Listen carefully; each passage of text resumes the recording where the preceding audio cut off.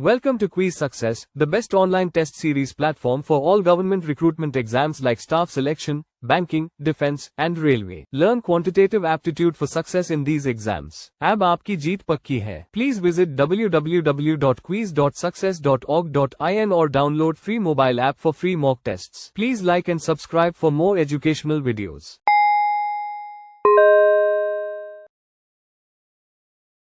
Permutation and combination का fourth model discuss करते हैं, जहां पर हम डिजिट पर कंडीशन से रिलेटेड क्वेश्चन के बारे में डिस्कस करेंगे।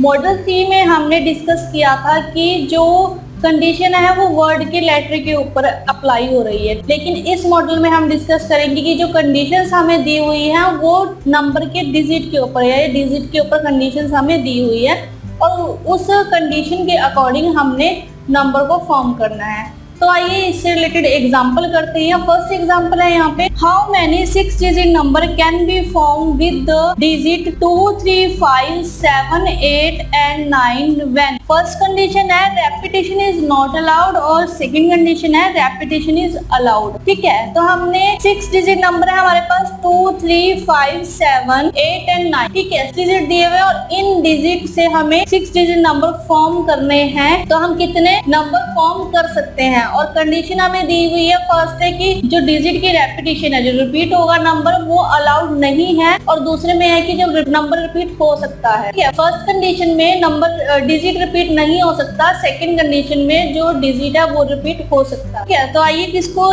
देखते हैं कि हम कैसे सॉल्व करेंगे। अब हमारे पास 6 डिजिट है और डिजिट नंबर हमने फॉर्म करने हैं। ठीक है, 6 डिजिट है हमारे पास 2, 3, 5, 7, 8 एंड 9। ठीक है, अब हमारे पास 6 डिजिट है और 6 डिजिट नंबर ही फॉर्म करने हैं। तो अगर हम जनरली इस क्वेश्चन को करें तो हमारे पास 6 पोजीशंस है और 6 ही ऑब्जेक्ट है, तो हमारे पास सिंपली आंसर होगा 6 फैक्टोरियल वेज। लेकिन हमारे पास कंडीशन है यहाँ पे कि रेपिटेशन अलाउड नहीं है किसी भी नंबर की। 6 फैक्टोरियल वेज यानी कि 6p6 तो इज इक्वल टू 6 फैक्टोरियल। हमारे पास 6 डिजिट नंबर है यहाँ पर और हमने 6 डिजिट नंबर फॉर्म कर। ठीक है, तो फर्स्ट कंडीशन है हमारे पास कि रेपिटेशन अलाउड नहीं है। अगर रेपिटेशन अलाउड नहीं है तो इस क्वेश्चन को हम फर्स्ट क्वेश्चन की तरह ही कर सकते हैं जैसे हमने मॉडल 1 में किया था। ठीक है, अगर क्वेश्चन में कुछ भी मेंशन नहीं है हमारे पास कि रेपिटेशन अलाउड है या नहीं अलाउड है, मानकर चलेंगे कि रेपिटेशन अलाउड नहीं है, तो हम इस क्वेश्चन को फर्स्ट क्वेश्चन की तरह ही करेंगे कि रेपिटेशन अलाउड नहीं है, यानी कि हमारे पास 6 ऑब्जेक्ट्स हैं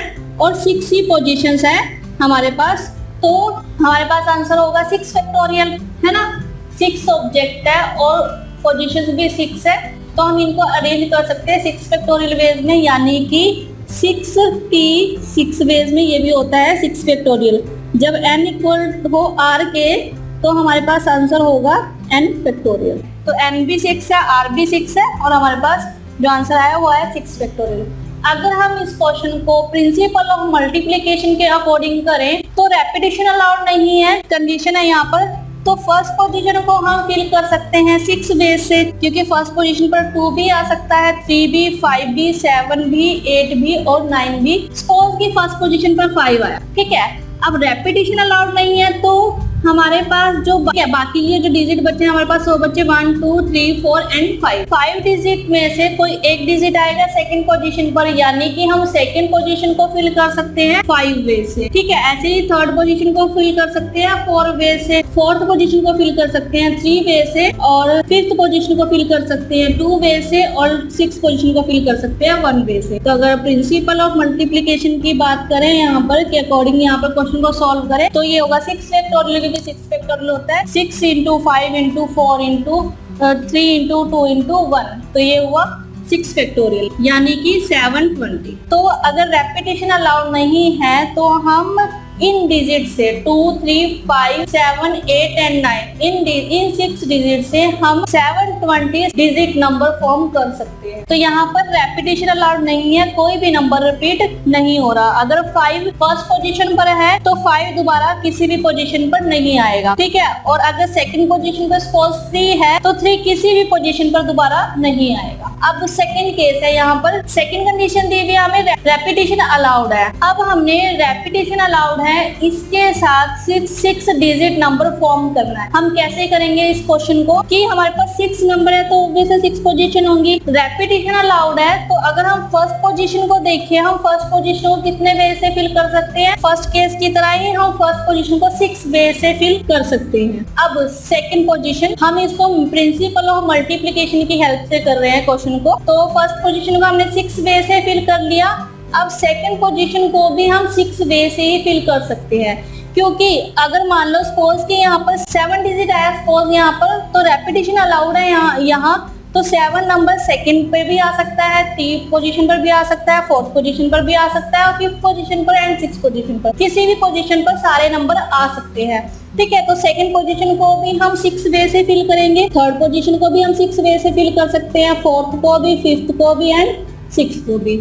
यानी कि हम 6 के 6 पोजीशन को 6 वे से फिल कर सकते हैं, क्योंकि सारे नंबर सभी पोजीशंस पर रिपीट होंगे। ठीक है, तो यहाँ पर आंसर होगा 6 की पावर 6। तो हमने फर्स्ट केस में देखा कि जो रेपिटेशन है वो अलाउड नहीं है, यानी कि अगर जो डिजिट एक बार आ गया वो दोबारा नहीं आएगा। लेकिन सेकंड केस में यहाँ पर जो नंबर एक बार आया वो दोबारा आ सकता है। तो फर्स्ट केस में जो नंबर है वो पोजीशंस के अकॉर्डिंग डिक्रीज हो रहे हैं, लेकिन यहाँ पर पोजीशन के अकॉर्डिंग जो डिजिट है वो कांस्टेंट ही है, यानी कि फर्स्ट पे भी 6 है, सेकंड पे भी, थर्ड पे भी। ठीक है, लेकिन यहाँ पर डिक्रीज हो रहे हैं, 6, 5, 4, फिर कम हो गए 3, फिर 2, 1 है ना, ये डिक्रीज हो रहे हैं यहाँ पर। ठीक है, अब हम जानते हैं कि इन दोनों में क्या डिफरेंस है। सपोज कि हमारे पास नंबर है कोई, सपोज 7, 7, 7, 7, 7, ठीक है, फेंटा 7 हमारे पास नंबर है। अब इस केस में हमारे पास रेपिटेशन अलाउड है, लेकिन जो फर्स्ट केस है वो इसके लिए रॉन्ग है। ठीक है, ऐसे ही हम और नंबर की बात कर लेते हैं, सपोज 2, 2, 3, 2, 2, ठीक है, 4, 4, 4, 4, 4, ठीक है, ऐसे ही सपोज की 4, 3, 4, 3, 4, 3, ठीक है। तो हम नंबर को रिपीट कर सकते हैं यहाँ पर कि हमने 5 डिजिट कोई नंबर सपोज बनाना था तो हम इस तरह से नंबर्स को बना सकते हैं।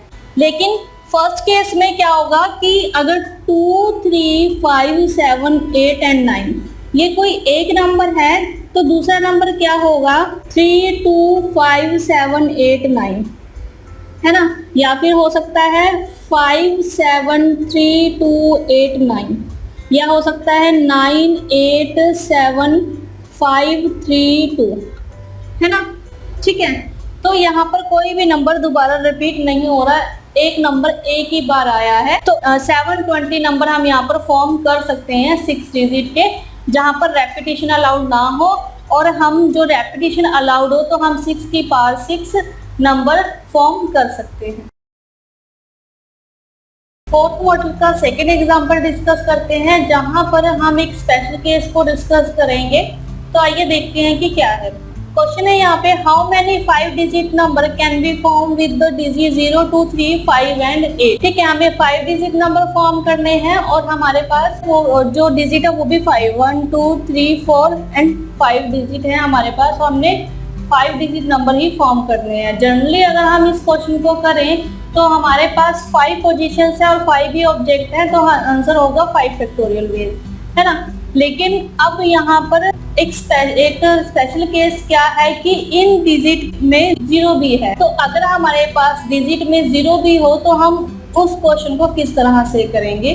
ठीक है, अब हमारे पास 5 डिजिट नंबर हैं, 1, 2, 3, 4 एंड 5, और 5 ही ऑब्जेक्ट्स है हमारे पास, 5 ही डिजिट है, तो हम इन्हें कैसे सॉल्व करेंगे। अब फर्स्ट पोजीशन की बात करें, हम इसको हम प्रिंसिपल ऑफ मल्टीप्लिकेशन की हेल्प से करते हैं।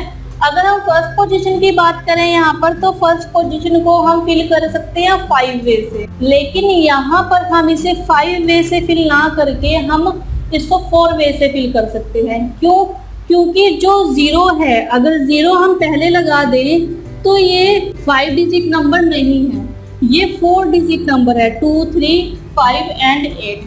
ठीक है, क्योंकि 0 जब स्टार्ट में आएगा तो वो काउंट नहीं होगा कि वो कोई नंबर है। 0 से अगर कोई नंबर शुरू होता है तो हम उसे काउंट नहीं करते, है ना। तो जैसे 0, 1 बोलते तो हम 1 ही बोलते हैं उसे। तो यहाँ पर 0 फर्स्ट पोजीशन पर कभी भी नहीं आएगा। अगर फर्स्ट प्लेस पर आएगा तो जो नंबर होगा वो 5 डिजिट नंबर नहीं होगा, वो 4 डिजिट नंबर होगा। ठीक, तो फर्स्ट पोजीशन को हम 4 वे से फिल कर सकते हैं। सेकंड पोजीशन को हम फिल कर सकते हैं 4 वे से, क्योंकि अगर सपोज की 3 आया फर्स्ट पोजीशन पर, 2, 3, 5 एंड 8 में से कोई एक डिजिट आया फर्स्ट पोजीशन पर, तो सेकंड पोजीशन के लिए हमारे पास 4 चॉइसेस बची हैं। अब क्वेश्चन में ये मेंशन नहीं है हमें कि रेपिटेशन अलाउड है कि नहीं अलाउड है। अगर हमें मेंशन नहीं है तो हम ये मानकर चलेंगे कि रेपिटेशन अलाउड नहीं है। सेकंड पोजीशन को हम फिल कर सकते हैं 4 वे से। अब सेकंड पोजीशन पर 0 आ सकता है, क्योंकि 4 0, 3 0, 5 0, 2 0, 8 0, सेकंड पोजीशन पर हम 0 को प्लेस कर सकते हैं। ठीक है, अब थर्ड पोजीशन के लिए हमारे पास 3 वेज है फिल करने के, फोर्थ पोजीशन पर हमारे पास 2 वेज है और लास्ट पोजीशन पर हमारे पास 1 वे है। ठीक है, तो अगर हम इसे मल्टीप्लाई करें प्रिंसिपल ऑफ मल्टीप्लिकेशन की हेल्प से, तो ये होगा 4 4 जा 16, 16 3 जा 48, 48 2 जा 96। ठीक है, यानी कि हम 96 नंबर फॉर्म कर सकते हैं 5 डिजिट के इन 5 डिजिट की हेल्प से। तो 0 है वो कभी भी फर्स्ट प्लेस पर नहीं आएगा। अगर फर्स्ट प्लेस पर आएगा तो ये 4 डिजिट नंबर होगा, ये 5 डिजिट नंबर नहीं होगा। ठीक है, तो फर्स्ट पोजीशन को हम 4 वे से फिल कर सकते हैं, सेकंड को भी 4 वे से फिल कर रही है, थर्ड को 3 से और फोर्थ को 2 से और लास्ट पोजीशन को 1 वे से। ऐसे ही अगर 3 डिजिट नंबर होंगे तो भी फर्स्ट पोजीशन को अगर हम 0 से 0 द्वारा ऑक्यूपाइड करवा देंगे या 0 से ऑक्यूपाइड किया जाएगा तो वो 3 डिजिट नंबर नहीं होगा, वो 2 डिजिट नंबर होगा। ठीक है, तो आप ध्यान रखिए कि जब भी आपके पास डिजिट्स में 0 हो तो हम उसे फर्स्ट पोजीशन पर कभी भी नहीं लेंगे।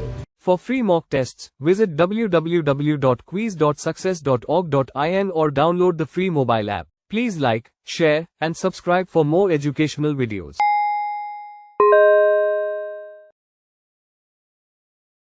फोर्थ मॉडल का थर्ड एग्जांपल करते हैं यहाँ पर। How many 4 digit number can be formed using the digit 4, 6, 7 and 9 such that the number is greater than 7000, second है the number is less than 5000। In digit को यूज करके 4, 6, 7 and 9 digit को use करके हम कितने 4 डिजिट नंबर फॉर्म कर सकते हैं। फर्स्ट कंडीशन है यहाँ पर कि जो नंबर फॉर्म हो वो ग्रेटर देन 7000 हो, मतलब 7000 से ज्यादा नंबर हम कितने फॉर्म कर सकते हैं इन 4 डिजिट को यूज कर। और सेकेंड कंडीशन है कि 5000 से लेस देन नंबर हम कितने फॉर्म कर सकते हैं इन 4 डिजिट का यूज कर। तो फर्स्ट कंडीशन वही जनरली अगर हम इस क्वेश्चन को करते तो 4 डिजिट नंबर हमने फॉर्म करने हैं और 4 ही डिजिट है हमारे पास, तो आंसर होता है 4 फैक्टोरियल। लेकिन यहाँ फर्स्ट कंडीशन है यहाँ पर कि जो नंबर है वो 7000 से ग्रेटर देन हो। हमारे पास 4 पोजीशंस है। ठीक है, अब इन 4 पोजीशंस पर हमने बताना है कि कितने नंबर ऐसे हैं जो 7000 से ग्रेटर हो। तो इसके लिए हम क्या करेंगे, देखते हैं कि फर्स्ट पोजीशन को हम कितने वे से फिल कर सकते हैं। जनरली हम फर्स्ट पोजीशन को 4 वे से फिल कर सकते हैं, है ना। 4 से भी 4 भी आ सकता है, 6 भी, 7 भी और 9 भी। लेकिन यहाँ पर कंडीशन है कि नंबर 7000 से अबव हो, 7000 से ग्रेटर हो। तो हम फर्स्ट पोजीशन को या तो 7 से ही फिल कर सकते हैं या 9 से फिल कर सकते हैं। फर्स्ट नंबर अगर 7 से छोटा होगा तो नंबर 7000 से लेस देन होगा, है ना। तो हम फर्स्ट पोजीशन को सिर्फ 2 वे से फिल कर सकते हैं, या तो 7 से या फिर 9 से। ठीक है, अब फर्स्ट पोजीशन को सपोज की 7 है तो हम सेकंड पोजीशन को 3 वे से फिल कर सकते हैं और थर्ड पोजीशन को 2 वे से एंड फोर्थ पोजीशन को 1 वे से। तो यानी कि हम इन तीनों पोजीशंस को हम 3 फैक्टोरियल वे से फिल कर सकते हैं, क्योंकि 3 इंटू 2 इंटू 1 होता है 3 फैक्टोरियल।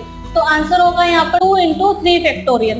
तो 2 इंटू 3 फैक्टोरियल कितना होता है, 3 इंटू 2 यानी कि 6, 6 इंटू 2 12 नंबर हम यहाँ पर फॉर्म कर सकते हैं जो 7000 से अबव होंगे। ऐसे ही सेकेंड कंडीशन है यहाँ पे the number is less than 5000। ठीक है, अब हमारे पास फिर से 4 पोजीशंस हैं। 4 पोजीशंस के लिए हमारे पास फर्स्ट पोजीशन पर क्या है कि जो नंबर है यहाँ बड़ा 5000 से लेस देन आए। ठीक है, तो अगर यहाँ फर्स्ट पोजीशन पर अगर 6 हो सपोज, तो ये नंबर होगा 5000 से ज्यादा, है ना, ग्रेटर देन होगा। 7 होगा तो भी ग्रेटर देन होगा, 9 होगा तो भी ग्रेटर देन नंबर बनेगा, क्योंकि नंबर शुरू होंगे 1000 प्लेस की बात हो रही है। तो यहाँ पर अगर हम 1000 प्लेस की बात करें तो 1000 प्लेस पर हमारे पास जो नंबर है वो 5000 से कम वाला आना चाहिए। ठीक है, जैसे कि फर्स्ट कंडीशन में था कि 1000 प्लेस पर हमारे पास जो नंबर है वो 7000 से ज्यादा का हो, तो 1000 प्लेस पर जो नंबर है वो कम होना चाहिए 5000 से। तो 5000 अगर यानी कि 1000 प्लेस पर 4 आएगा तो यहाँ पर जो नंबर है वो 5000 से लेस देन बनेगा। ऐसे ही यहाँ पर 2 नंबर थे कि 7 और 9 को अगर हम यहाँ फिल करें तो हमारे पास जो नंबर है वो 7000 से ग्रेटर देन होंगे। तो एक ही वे है फर्स्ट पोजीशन को फिल करने का, और रिमेनिंग पोजीशन को हम सेम 3 फैक्टोरियल वे से फिल कर सकते हैं। तो आंसर होगा 1 into 3 फैक्टोरियल यानी कि 6। तो हम कह सकते हैं कि यहाँ पर कि जो 7000 से ग्रेटर नंबर है वो हम 12 फॉर्म कर सकते हैं, और जो 5000 से लेस देन नंबर है वो हम 6 नंबर यहाँ पर फॉर्म कर सकते हैं इन 4 डिजिट 4, 6, 7 एंड 9 की हेल्प। ठीक है, तो इस तरह से आप इन क्वेश्चन को सॉल्व कर सकते हो। परमुटेशन एंड कॉम्बिनेशन का 5th मॉडल डिस्कस करते हैं, जहां पर हम सर्कल परमुटेशन के बारे में डिस्कस करेंगे। अभी तक हमने जो डिस्कस किया वो लीनियर परमुटेशन पर था, जहां पर एक स्ट्रेट लाइन में पर्सन्स को, नंबर्स को या डिजिट को अरेंज करना था। लेकिन अब हम यहाँ पर डिस्कस करेंगे कि हम एक सर्कल में परमुटेशन को कैसे फाइंड आउट कर सकते हैं, यानी कि जो नंबर ऑफ ऑब्जेक्ट्स हैं वो अगर सर्कल के अराउंड हो तो हम उसे कैसे फाइंड आउट कर सकते हैं। तो आइए जानते हैं कि हम कैसे सर्कुलर परमुटेशन को फाइंड आउट करेंगे। स्टेटमेंट है यहाँ पे, the number of circular permutation of N different object taken all at a time around a circle is n-1 factorial. यहाँ पर हमारे पास n डिफरेंट ऑब्जेक्ट्स हैं और सभी के सभी सर्कल के around taken at a time है, तो ये हम करेंगे n-1 फैक्टोरियल। अभी तक हमने जब स्ट्रेट लाइन परमुटेशन को पढ़ा हमने, तो हमने वहाँ पे हम नंबर ऑफ परमुटेशन को n फैक्टोरियल लेते थे, है ना। लेकिन यहाँ पर हम सर्कुलर परमुटेशन में लेंगे n-1 फैक्टोरियल। क्यों? क्योंकि जो सर्कल है वो चारों तरफ से यहाँ पर क्लोज है, तो हमें नहीं पता कि इसका स्टार्टिंग पॉइंट कौन सा है और एंडिंग पॉइंट कौन सा है। लेकिन जब हम एक स्ट्रेट लाइन की बात करते हैं तो स्ट्रेट लाइन में स्टार्टिंग पॉइंट भी हमें पता होता है और एंडिंग पॉइंट भी हमें पता होता है कि यहाँ से स्टार्ट हो रही है और यहाँ से एंड हो रही है। लेकिन सर्कल में हम नहीं बता सकते कि इसका स्टार्टिंग पॉइंट कौन सा है और एंडिंग पॉइंट कौन सा है, तो इसी वजह से हम इसे लेंगे n-1 फैक्टोरियल। यहाँ पर 3 तरह की अरेंजमेंट दी हुई है। अगर हम इन तीनों अरेंजमेंट को देखें तो फर्स्ट अरेंजमेंट में 4 पर्सन है हमारे पास A, B, C and D। Suppose के हमारे पास डिफरेंट 4 पर्सन है A, B, C and D। ठीक है, अरेंज किए हुए यहाँ पर A, B, C, D। ऐसे हमारे पास जो सेकेंड अरेंजमेंट है उसमें भी सर्कुलर अरेंजमेंट की हुई है A, B, C and D। First arrangement में पोजिशन है A, B, C and D, और सेकंड अरेंजमेंट में पोजीशंस है D, A, B and C। तो हम यहाँ पर नहीं बता सकते कि जो फर्स्ट पोजीशन है वो A ने ऑक्यूपाइड की है या फर्स्ट पोजीशन D ने ऑक्यूपाइड की है, क्योंकि सर्कल में हम फर्स्ट, सेकंड और लास्ट पोजीशन को डिफाइन नहीं कर सकते। तो जो भी पर्सन्स हमें दिए हुए हैं यहाँ पर, उनकी हम रिलेटिव पोजीशंस को अगर चेकआउट करें और उसके अकॉर्डिंग अगर दोनों की दोनों सर्कुलर के रिलेटिव पोजीशन सेम हो तो हम कह सकते हैं कि दोनों सर्कुलर की जो अरेंजमेंट है वो सेम है। अगर हम इसकी रिलेटिव पोजीशंस की बात करें तो A and C, B and D ये रिलेटिव पोजीशंस है, या फिर D एंड C और A एंड B। ठीक है, और ऐसे ही सेकेंड अरेंजमेंट में A and C, B and D, और A एंड B और C एंड D। ठीक है, तो अगर हम इनकी रिलेटिव पोजीशंस को देखें तो रिलेटिव पोजीशंस दोनों में सेम है, तो यानी कि अरेंजमेंट नंबर 1 और अरेंजमेंट नंबर 2 में जो पोजीशंस है वो सेम है। तो सर्कुलर परमुटेशन में हम पर्संस की रिलेटिव पोजीशंस को कंसीडर करेंगे, ना कि एक्चुअल पोजीशंस को। तो हम कह सकते हैं कि arrangement number 1 and arrangement number 2 same है। ठीक है, अगर हम बात करें अरेंजमेंट नंबर 1 और अरेंजमेंट नंबर 3 को कंपेयर करें अगर हम, तो हमारे पास अरेंजमेंट है A, B, C and D clockwise. ठीक है, और अगर इसकी क्लॉकवाइज बात करें तो A, D, C and B। तो ये दोनों अरेंजमेंट एक दूसरे से बिल्कुल अलग है। इसका अरेंजमेंट है A, B, C, D और उसका अरेंजमेंट है A, D, C and B। जबकि फर्स्ट और सेकेंड अरेंजमेंट में क्लॉकवाइज जो अरेंजमेंट है वो सेम है। तो अगर हम इन तीनों अरेंजमेंट को देखें तो जो A है वो D एंड B के बीच में है। सेकंड अरेंजमेंट में भी A जो है वो D एंड बी के बीच में है और थर्ड अरेंजमेंट में भी जो ए है वो बी एंड डी के बीच में है। लेकिन अगर क्लॉकवाइज बात करें ए बी, और ये भी डी ए बी है और ये क्लॉकवाइज बी ए डी है, तो ये जो थर्ड अरेंजमेंट है ये बिल्कुल डिफरेंट है फर्स्ट टू अरेंजमेंट से। तो इसलिए हमने इनकी रिलेटिव पोजीशंस को कंसीडर किया है। तो हम कह सकते हैं कि जो first and second are same and first and third are different from each other. तो हम n-1 फैक्टोरियल क्यों लेते हैं? क्योंकि एक पर्सन की या एक ऑब्जेक्ट की फिक्स पोजीशन है और जो रिमेनिंग है उन्हें बाकी पोजीशंस पर अरेंज किया गया है। तो यही रीजन है n-1 फैक्टोरियल का। अब हम सर्कुलर अरेंजमेंट का नेक्स्ट पॉइंट देखते हैं। यहाँ पे स्टेटमेंट है the number of circular permutation of n different objects taken all at a time around a circle where a particular arrangement in clockwise direction is considered same as a similar arrangement in anti-clockwise direction is given as half of n-1 factorial। तो यानी कि जो number of circle permutation है and different object की, अगर हम उनको सभी जो सर्कल है उसके अराउंड सभी को एक साथ लें, तो जहाँ पे जो पर्टिकुलर अरेंजमेंट है वो क्लॉकवाइज और एंटी क्लॉकवाइज दोनों को हम सेम कंसीडर करेंगे। तो हम कैसे उस क्वेश्चन को सॉल्व करेंगे? हाफ ऑफ n-1 फैक्टोरियल, यानी कि जो नंबर ऑफ परमुटेशन है, ठीक है, नंबर ऑफ अरेंजमेंट है या नंबर ऑफ ऑब्जेक्ट है, जो नंबर ऑफ ऑब्जेक्ट -1 उनका हाफ करके वो फैक्टोरियल। ठीक है, फॉर एग्जाम्पल कि हमने कोई ब्रेसलेट बनाना है। ब्रेसलेट को बनाने के लिए हमने 4 तरह के कलर यूज करे हैं। ठीक है, red, blue, pink and green. ये एक सर्कुलर अरेंजमेंट है जो ब्रेसलेट के अराउंड है। तो पॉइंट हमें यहाँ पर दिया हुआ है कि जो n डिफरेंट ऑब्जेक्ट्स हैं, अगर सभी को एट ए टाइम लिया जाए सर्कल के अराउंड, तो arrangement in clockwise direction is consider same as similar arrangement in anti clockwise direction. तो हम जो आंसर होगा उसको लेंगे वहां of n-1 factorial. For example कि हमारे पास जो कलर है वो इस अरेंजमेंट में है, red, blue, pink and green. और अगर आप सेकेंड अरेंजमेंट को ऑब्जर्व कर रहे हो तो ये अरेंजमेंट है clockwise, red, green, pink and blue. ठीक है, लेकिन अगर हम एंटी क्लॉकवाइज देखें तो यहाँ पर अरेंजमेंट है red, blue, pink and green. तो ये सिमिलर है, क्लॉकवाइज है हमारे पास red, blue, pink and green, और ये एंटी क्लॉकवाइज है हमारे पास red, blue, pink and green. तो अगर आप देखो तो दोनों की दोनों जो अरेंजमेंट है क्लॉकवाइज, दूसरे में एंटी क्लॉकवाइज, वो सिमिलर है। तो हम इनको दो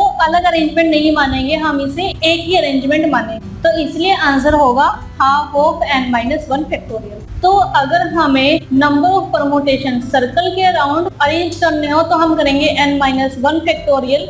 लेकिन इस तरह से, जैसे कि अगर हमें ब्रेसलेट बनाना है तो के अराउंड कोई कलर्स हैं जो क्लॉकवाइज और एंटी क्लॉकवाइज सेम है, ठीक है, या कोई नेकलेस है या फिर कोई गार्लैंड है जो हमें फ्लावर से सजाना है या फ्लावर लगाने हैं उसके आसपास, वो भी सिमिलर है क्लॉकवाइज और एंटी क्लॉकवाइज। कलर्ड फ्लावर्स है उसमें और हमने वो एक सिमिट्री रखी है उसमें कि पहले पिंक फ्लावर होंगे, फिर ब्लू फ्लावर होंगे या फिर रेड फ्लावर होंगे, फिर उस तरह के हम जो अरेंजमेंट है हमारे पास उसे हम लेंगे हाफ ऑफ n-1 फैक्टोरियल। तो अब यहाँ पर समझने वाला पॉइंट ये है कि हम जो ये एंटी क्लॉकवाइज और क्लॉकवाइज जो अरेंजमेंट है हम उसे सेम लेंगे, डिफरेंट नहीं लेंगे। अब ये समझते हैं कि हम इसे डिफरेंट क्यों ना लें। पिछले केस में हमने पढ़ा था कि जो क्लॉकवाइज डायरेक्शन और एंटी क्लॉकवाइज डायरेक्शन जो है वो डिफरेंट केस है, लेकिन यहाँ पर हमने दोनों को सेम कंसीडर किया। क्योंकि अगर हम कहें कि हमने एक अरेंजमेंट RBPG से हमने एक ब्रेसलेट बनाया है, वहीं अब ये ब्रेसलेट बदल सकता है या नेकलेस बदल सकता है और अरेंजमेंट हो सकती है RGP एंड B। तो पॉइंट यहाँ पर ये है कि जो हम क्लॉकवाइज डायरेक्शन में करेंगे वही हम ऑब्टेन करेंगे जो एंटी क्लॉकवाइज डायरेक्शन में है। सिर्फ कि जो हमने ब्रेसलेट है उसकी फ्लिपिंग के द्वारा या फिर जो नेकलेस है उसकी फ्लिपिंग के द्वारा हमने देखा तो जो अरेंजमेंट है वो सेम ही है। तो यही रीजन है कि जो हम ब्रेसलेट बनाते हैं या जो नेकलेस बनाते हैं या फिर ये कह ले कि जो गार्लैंड बनाते हैं कलरफुल फ्लावर का यूज करके, तो इन केसेस में हम क्लॉकवाइज डायरेक्शन और एंटी क्लॉकवाइज डायरेक्शन को डिफरेंट नहीं लेंगे, हम इन्हें सेम कंसीडर करेंगे। इसलिए आंसर होगा हमारा हाफ ऑफ n-1 फैक्टोरियल। अब हम सर्कुलर अरेंजमेंट से रिलेटेड कुछ एग्जांपल्स करके देखते हैं। For free mock tests, visit www.quiz.success.org.in or download the free mobile app. Please like, share, and subscribe for more educational videos.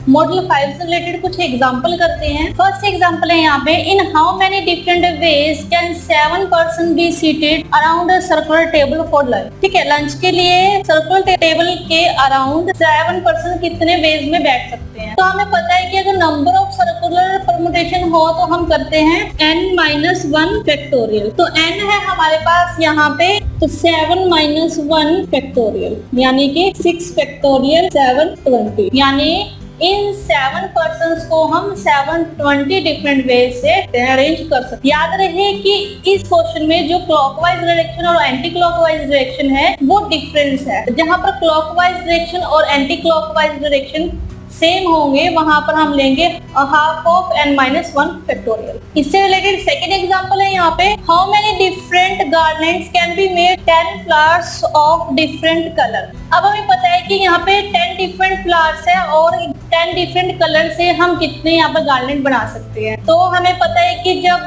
Clockwise direction और anti clockwise direction same consider करें तो हम लेते हैं हाफ ऑफ n-1 फैक्टोरियल या फिर n-1 divide by 2 factorial. तो n है हमारे पास 10-1 डिवाइड बाई 2 फैक्टोरियल यानी कि 9/2। ठीक है, तो इस तरह से आप इन क्वेश्चन को सॉल्व कर सकते हैं। इससे रिलेटेड नेक्स्ट एग्जांपल है यहाँ पे, find the number of ways of preparing a chain of 5 different colour beads. कितने नंबर ऑफ वेज से हम ये 5 डिफरेंट कलर बीड्स की चेन बना सकते हैं। तो फिर से हमें पता है यहाँ पर एंटी क्लॉकवाइज और क्लॉकवाइज सेम कंसीडर होगा, तो ये भी होगा हाफ ऑफ n-1 फैक्टोरियल। तो हाफ ऑफ 5-1 फैक्टोरियल यानी कि 4 फैक्टोरियल बाई 2। 4 फैक्टोरियल होता है 24 डिवाइड बाई 2 यानी कि 12 डिफरेंट वेज से हम चेन को प्रिपेयर कर सकते। तो इस तरह से आप इन क्वेश्चन को सिंपली याद रखिए कि जहां पर क्लॉकवाइज और एंटी क्लॉकवाइज को सेम कंसीडर नहीं किया जाता वहां हम लेंगे n-1 फैक्टोरियल,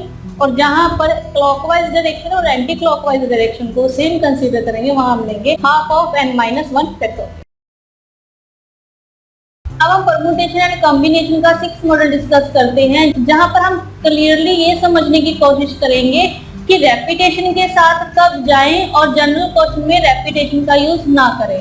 ठीक है, तो आइए इससे रिलेटेड फर्स्ट एग्जांपल करते हैं। क्वेश्चन है यहाँ पे, there are 4 candidates for the post of a lecturer in mathematics and one of is to be selected by votes of 5 men. The number of ways in which the votes can be given as 1048, second option है 1072, third है 1024 और fourth है none of these। ठीक है, तो हमें question में पूछा गया है कि 4 कैंडिडेट्स हैं मैथ के लेक्चरर के लिए जिनको हमें सिलेक्ट करना है। ठीक है, और ये सिलेक्ट होंगे जो 5 मैन हैं हमारे पास, इन 5 मैन की वोट के द्वारा इनको सिलेक्ट किया जाएगा। ठीक है, तो हमने बताना है कि हम कितने नंबर ऑफ वेज से इनको वोट दे सकते हैं। तो यहाँ पर लेक्चरर के हर कैंडिडेट के लिए यहाँ पर वोट्स हैं। वोट्स हम मान लेते हैं कि है V1, V2, V3, V4 and V5। 5 person है यहाँ पर, 5 मैन है जो वोट कर रहे हैं इन 4 कैंडिडेट में से एक मैथमेटिक्स लेक्चरर की सिलेक्शन के लिए। ठीक है, तो सपोज कि ये पर्सन 1 की वोट है, पर्सन 2 की, पर्सन 3 की और पर्सन 4 की, पर्सन 5 की वोट्स दी हुई है हमें,